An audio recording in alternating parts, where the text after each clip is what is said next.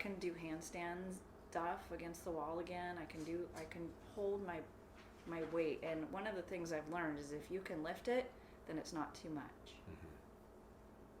And so that's what I do, you know.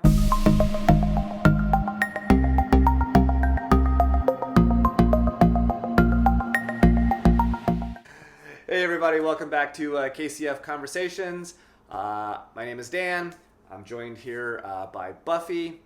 Buffy is a longtime member here at KCF CrossFit, and I've asked Buffy to come join us today because she had what I feel was a very powerful and poignant post on Facebook just the other day, and we'll get into that in a moment. But let's get to know a little bit about Buffy. Like I said, she's been a long-time member here at KCF CrossFit. So Buffy, how long have you been a member here? I joined in August of 2011.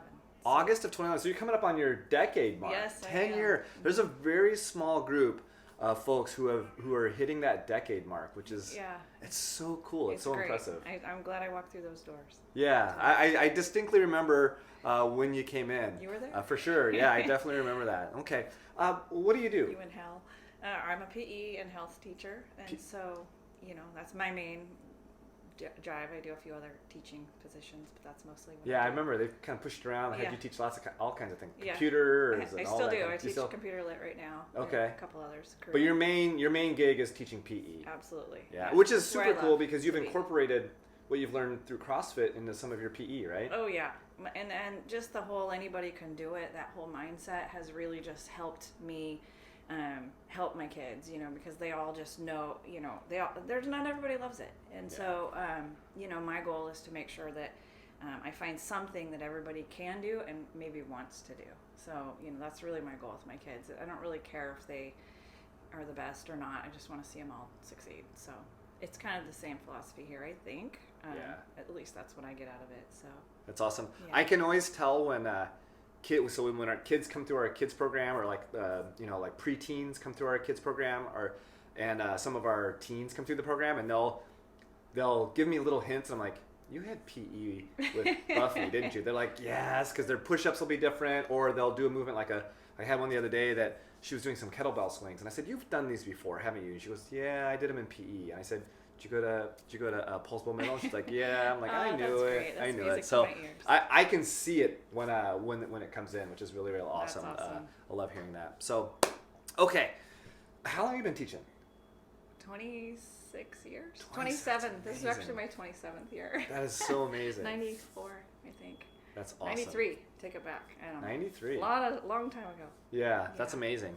Okay, well, here's what I do. I want to jump into this post that you had on Facebook, and I'm going to read the post. I'm going to grab my computer so I make sure I get it right, but I want to read the post because I think it's really, really powerful lesson. So you had posted a video of yourself doing a lift that we do here called the snatch, right? Very challenging movement. A lot of people would say it is the most complicated, most complex, hardest movement. I think if you asked a group of CrossFitters what's your least favorite movement, that one would be up near the top of the list for most people, just because it is so complicated, right? I like it even if I'm not good at it. I still like it. It's my favorite. I love it. Okay, so here's what you said. You said, doing some snatch work this week and happy to say I can, all caps, do it. Only got 72 pounds, but I'll take it. I regretfully had wrist surgery in January of 2018. My pain was very real for a very long time, but I now believe the cause of my pain was not from a specific injury, but more caused by the stress I was enduring in my life at the time.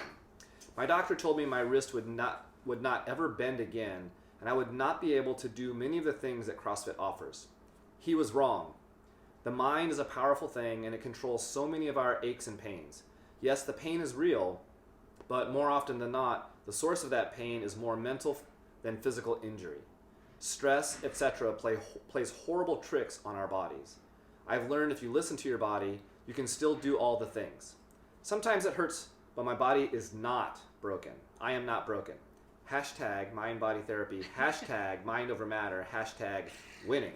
And I totally agree with all those hashtags. So take us back a little bit. Tell us a little bit about the wrist injury that you had. Yeah, well, I'm pretty excited about all of that just because I feel like a different person in the last probably year and a half. That's when it clicked for me. I learned about this. And so, back to, I think my wrist surgery was January of 2018. And, I battled I can remember what I thought was the injury moment, and that was like 2016. Right. I remember it was a front squat or something, right? Yeah, it was. Yeah. And then a handstand hold. They were like super long, 125% of your max. Okay. Hold. Okay. And yeah, I remember that. and I didn't hold them right. I didn't hold them on my shoulders. I held them on my hands and my wrists. And then I got done and I did a really long wall hold, or handstand hold. So that's when I thought, we're taught and bred to look at the mechanics and not, and so, I didn't, just like anybody else, didn't look at anything else that was going on in my life. I just looked at that. The pain was real. I was desperate by January. I was desperate. And I had wrist surgery. I can't even explain to you what he did, but I know he shortened the ligaments and made it so that my wrist probably bent about, from here. And I have really great flexibility. Yeah. And now, I got it back to about here. And I know that's a little contradictory to the whole surgery and so forth, but fast forward, I just decided that I'm going to make my wrists work again. Right. And the really unique thing about this is it was bilateral pain. Oh, really? Yeah. You had pain in both wrists? Yes. Okay. Which is really telltale in, when you step back and in this bigger picture now. It's telltale to me. And I told them that at the time, but, of course, I use my right hand more and all of that. So I chose to have my right hand done. And the surgery made it worse. It just made things worse. Recovery from wrist surgery, even if it's successful, is always really, really hard. I've always said to people, for myself, like a wrist or hand injury, I would have to be in such a place that I just couldn't do anything to have the surgery. Just because I've worked with patients who had surgery, and I just know how uncomfortable and how long that process is. Yeah, it's just, I like I said, I regret all of it. I wish now that I could, opening jars and just simple tasks were excruciating pain. Yeah. And I thought I couldn't do any, I thought, oh, my CrossFit experience is done and blah, blah, blah. And, the truth is that's not the case. And so, he did a lot of nerve damage. It's still numb. Okay. To this day. But anyway, so there was that, and I took about a little over a year off. Mm-hmm. And then, as you know, I had a lot of stressful things going on in my life. Yeah. 2019, so you go another year here, was really probably my worst year. And I had a lot going on. I had a lot of trauma. My mom had breast cancer. My stepdad had open heart surgery. I was going through a divorce. All of those things happened. Very traumatic. So at the pinnacle time of my divorce, I developed this neck pain. And I was like, oh, I'm stressed, like everybody else. Well, it got to the point to where almost like my wrist. That's what it reminded me of. I was like, oh, like I thought my neck was almost broken.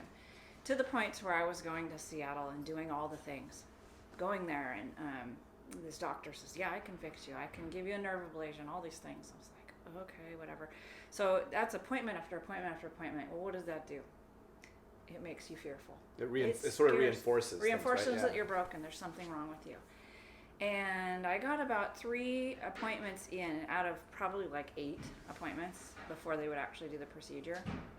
And I was financially over my head, and again, still going through all the other trauma and stress. Well, my sister-in-law reached out to me, and she said, have you ever heard of Dr. So-and-so or mind-body therapy? I'm like, nope. She's like, get this book. And I went and I immediately got 2 of his books, and I started reading them. And I'm not kidding, within a week or 2, I was like, wow, this is mind-changing for me. And his first thing he stated was, stop going to the doctor.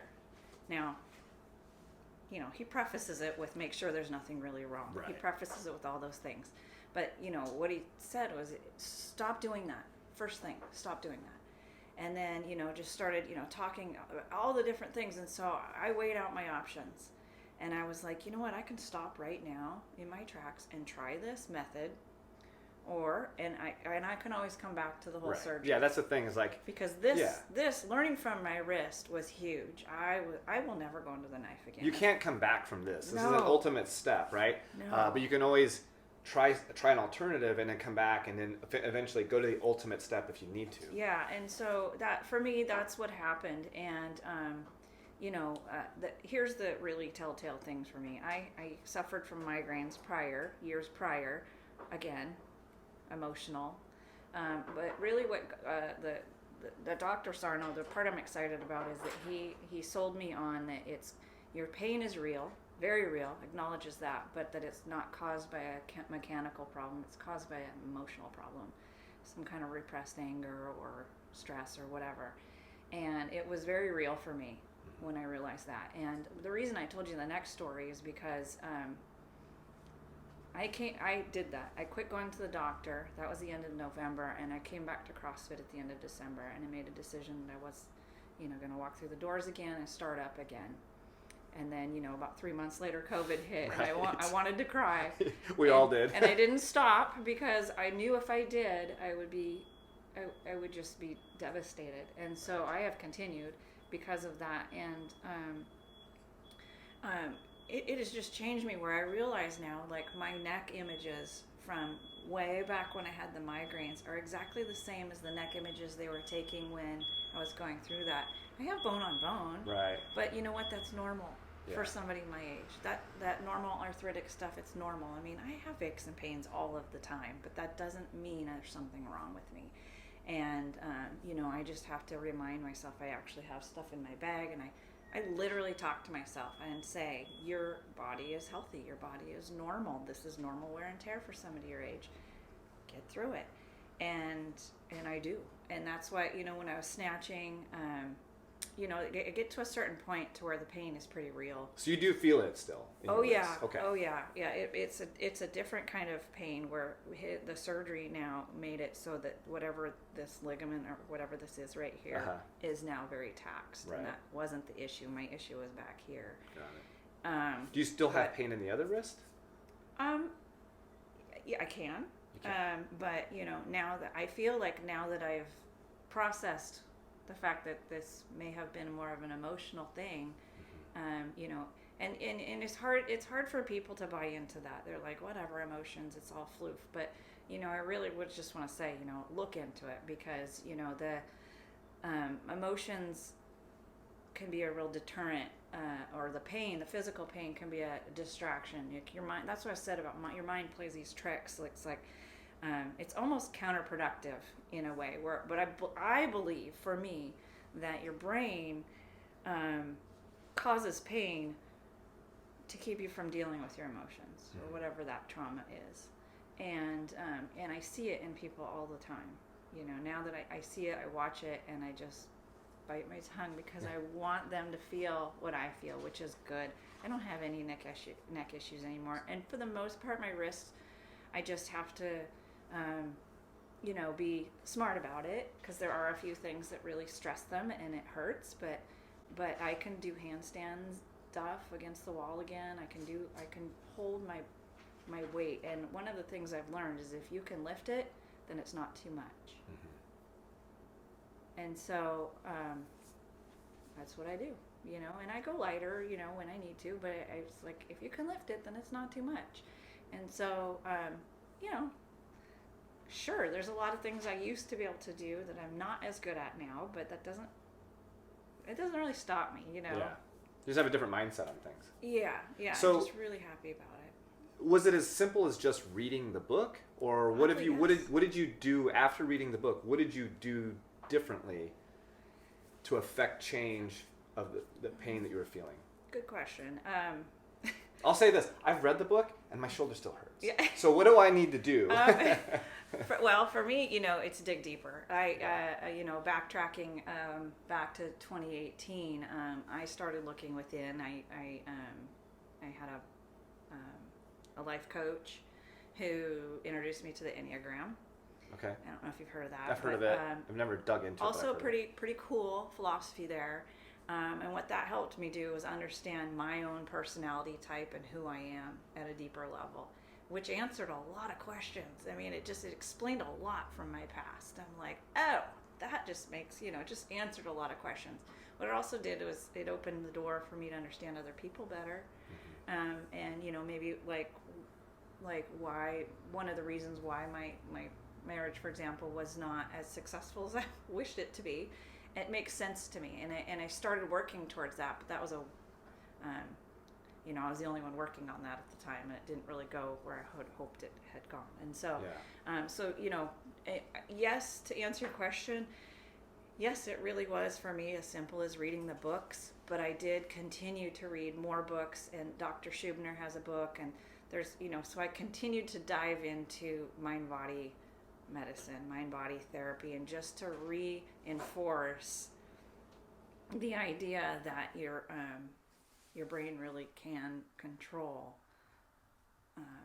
or just cause you pain in order to distract you from this. And it's like, well, why would your brain do that? Well, I don't know, but it does. Yeah. And at least I believe it does. And so for me, that's really what it was. And just keep, I don't know, I just keep digging deeper and deeper and deeper. And I hate to say that I'm working on myself, because that it is a constant work in progress, but it also, I think we all are, right? But yeah, but when I say, I'm working on myself, then that alludes to the fact that there's something wrong with me.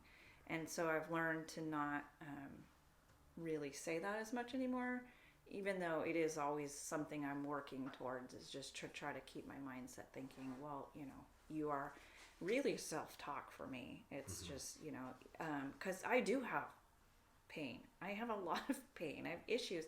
But, I have to talk myself through it, maybe warm up a little slower, a little bit differently, and just say, you can do this. And I'm able to do all of the things that I was afraid of. And that fear, to me, is really what drives a lot of pain. It's fear, and it's driven by the doctors. The doctors are great, but they don't look at the mental side of things. It's, how do you diagnose that? That's hard. Right. It's a lot easier to say, get an MRI. Oh, yeah, you're broken. And so I'm not saying it's for everybody, but it works for me. So it reminds me of a story. So when I was in physical therapy practice, I went to a course, and the guy teaching the course was telling us a story about a patient that he had, and the guy came to him. He was in a wheelchair, but he was in a wheelchair primarily because of pain. He didn't have anything diagnosable that they could say, you lack the function to walk. But this guy was in so much pain, he couldn't walk, so he was in a wheelchair. And they worked together for quite a few weeks. And it got to the point where he would walk into his appointments and he would walk out of his appointments. So, he'd gotten better. And the physical therapist said one day, he asked him, he's like, look at you, you're walking in and out. He's like, how do you feel? And the guy goes, how do I feel? He goes, I feel like crap, but I now know what I'm capable of. Like, I know how much I was holding myself back. He's like, I don't necessarily feel magical, but I have a different mindset about what I can do, right? And it sounds kind of like where you're at. Like, not that you feel like crap, but that. No, I do all the time. But you still have discomfort in the wrist. You still have, your neck pain's gone, which is awesome. Well, but it comes and goes. That's the funny thing about this. So what I've learned is that if you don't learn to deal with the issues at hand, which are, I'm going to say emotional just for sake, then the pain will move, because your body will keep distracting you and keep, moving around and find different things. And so now when I have either a recurring pain or a new one that's just what I can define as not an injury, not a mechanical error, I'm like, oh, that's odd. What's causing that? And so I just question it and go, okay, and oddly, most of the time, it comes and it goes, and it comes and it goes, and I still have stressors in my life. It's just who I am. And I do. I have lots of things, like my knees, my neck, my wrist, my this, my that, my shoulders, and so my shoulders, they kind of give me grief here and there. And I pick and choose whether or not, today's a good day to do something. And like hanging on the bar sometimes is really painful. And on those days, I'm like, I'll just do VIPs. But today I was able to hang on the bar. So, I've gone back to bands mostly because it's not a road I want to go down as far as trying to deal with multiple injuries. Not that I'm injured. My body is strong. I know there's nothing wrong.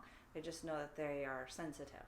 Yeah. And, whatever triggers those sensitivities, I don't know. I'm still trying to figure some of those things out. But, the bottom line is for a person my age, my body is really mechanically sound and works for me. And, and I just need to be, I'm just embracing the fact that I have a good working body, even though it hurts. Yeah. It's going to hurt, but oftentimes when I get into the workouts, I don't even notice it. And when I'm done, I don't even notice it. And so, it is a lot of mind over the matter for me. I can see it too. I can see the difference in how you do things now. And yeah, like your mindset now is, okay, I'm going to scale this. I'm going to modify this because of how this feels today. But you're still moving forward with everything. And I very vividly recall the look in your eyes and the look on your face 3 years ago when your wrist was bugging you. And any movement that came up that was going to bug your wrist, I saw it in your face. There was just this like fear, but also just this like this look of like defeat. Like you look defeated. Oh gosh. And all it was like, how do I have to do this differently? Like, what do I need to do now? Whereas now it's like, oh, well, I can't do that, but here's what I'm gonna do. Not what do I have to do. Like, here's what I'm gonna do. And I see like it's just it sounds cliche and stuff, but I just see a different light in your eyes when you're approaching workouts now than a few years ago. And there's a whole host of reasons for that, right? Yeah. Yeah, I call that the roller coaster of CrossFit because I've had a lot of defeating moments in time or periods of time. And that period of time when I was trying to come in and train with a hurt wrist, I just did not feel like an athlete. Yeah. I didn't. I felt so defeated, and it wasn't anything anybody did. They all were like, oh, you can do it, but after a while you kind of just fade into the background. Yep. And I lost the pizzazz for a long time, and now I'm like, why? That was self-inflicted. You need to change that, girl, and get your butt in there and do something. And so, to be able to snatch or pull, something. I love overhead work. It's very painful. I mean, when I did that, I kept going up, and by the time I got to 72, I was like, I should probably stop at this. It's just not pain that I should be enduring. Right. But I wanted to do it so bad that I still tried. And yeah, and it was I know you when I was first talking about this, and I wanted to post the video of your lift, and you were like, it's not a very good lift. It's an enviable lift. Like people would watch that, especially your receiving position when you catch the bar and it's over your head. Like, so many people would just look at that and go, man, I wish I could overhead squat like that. I wish I could get into that position. Yeah. So I think you should give yourself a little bit credit there that it's a better lift than you think it is. I think it's super, super cool. Cool. Thanks. So obviously there's going to be a lot of people listening to this and watching this that are in a position where pain is holding them back, where they want to do things, but they're saying, I can't because of whatever it is, a knee or a shoulder or a back or whatever it is. Aside from, in addition to read Dr. Sarno's book, what advice would you give to someone in that position? I would definitely say, make sure that there isn't any, okay. So, when you say there isn't anything wrong, you got to look at it in perspective of your age. Arthritis and those sorts of things are real. And so, when you have a tear and this and that, okay. So you have those things there. So I would say, rule out anything major. Anything serious. Yes, absolutely. And I was one of those people though that seriously thought that all of my things had to be major because they hurt so much. So I would just advise people to question it and look within. Just really look within, look deep, and say, is there anything possibly that or can this be emotions that are, or anger or something that's repressed? And just really look within. And there's a ton of mind body sites and books and that sort of thing. And so I would say, dive in if you so want to that. It's really to each his own. But I've been witness to watching a lot of people come out on the other side. And for me, that's exciting. If I can reach one person through this, that is really exciting for me. Just even one person that can just say, hey, it might be more than something physical. Right. It might be more than that. And so I'm going to say oftentimes, in most cases, we all have something emotional to deal with, regardless of how happy we are. And so it might be worth looking into. That would be my best advice. Just look All right. within. I like it. I think that's good advice. So thanks for joining us, Buffy. Absolutely. And I look forward to watching you continue to come in and attack these workouts for another decade or more. Oh, jeez. With this awesome forward-thinking mindset that you have. That's really, really cool. Thank you. Thank you. Thank you for having me. Absolutely.